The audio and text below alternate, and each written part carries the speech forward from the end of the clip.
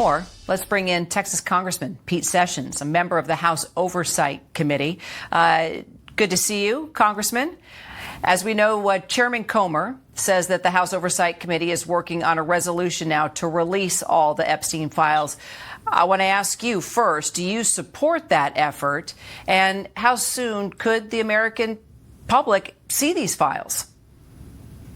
Thank you very much. I am for us understanding what we think we're asking for. First of all, there are three distinctly different jurisdiction pieces of this. There's Florida, there is the island, and there's New York City.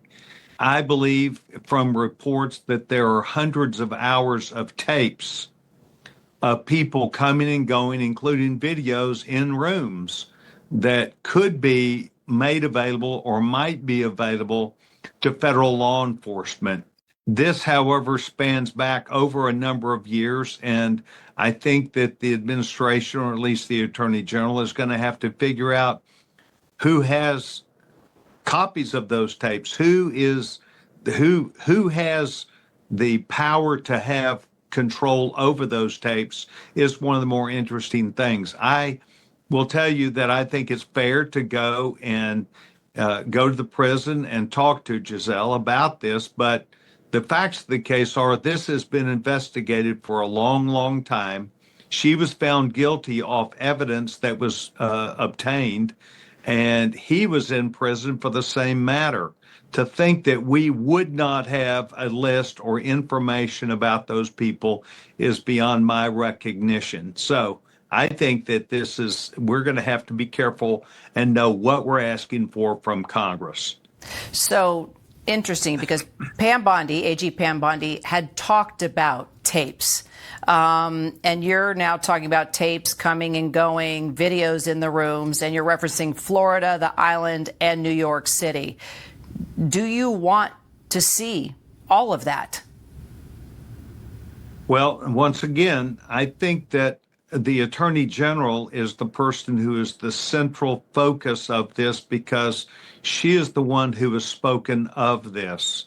And I think that this is going to require a bit of information, gathering of information, who has custody, the chain of custody of these three different events, and why it has not previously been disclosed. It's obvious to me that President Trump is not involved, or you would have seen something from the Biden administration if he had had any real inkling of this, and I'm talking about that would be misconduct. I'm sure they would have come out with it. So I think the president is doing the right thing, giving it to official law enforcement, asking them to do this.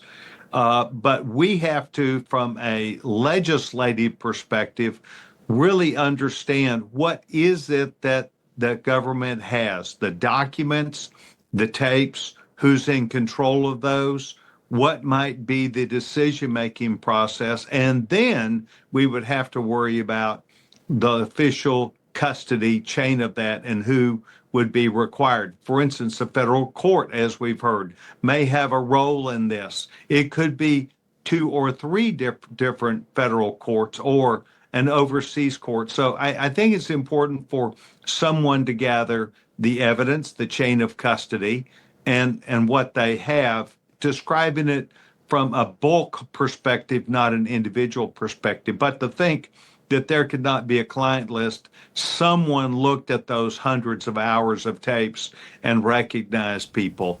And so I think that we're playing a game with each other. What does Congress want? Members of Congress began last year, at least, when this issue came about, saying, we believe that the release of these tapes, the release of the evidence, not the people who were taken advantage of, not the young girls who are now adults in many instances, but we think that the American public should understand this. It is a heinous crime and something that I can't imagine that we would be wanting this just to slip under the cover of darkness. So would you vote for a resolution then to declassify these files? Well, And you're asking great questions. What I'm suggesting Give me a to great you answer, is, Congressman. well, the great answer is we need someone to compile what the Attorney General has within her control or who controls the other bits of information. Certainly, this should not be a secret. I'm sure hundreds of people are aware of at least piece parts of these, and the Attorney General, I hope, has that obligation and responsibility, and I know that she is a person of high character. It's a national interest, and I hope she moves to it. So Glenn Maxwell is meeting right now with Deputy Attorney General Todd Blanche, as you know, who is also Trump's former criminal defense attorney. What do you think the goal is in this meeting, Congressman? Well, I think the goal is to get the facts around, the hands around the facts of the case.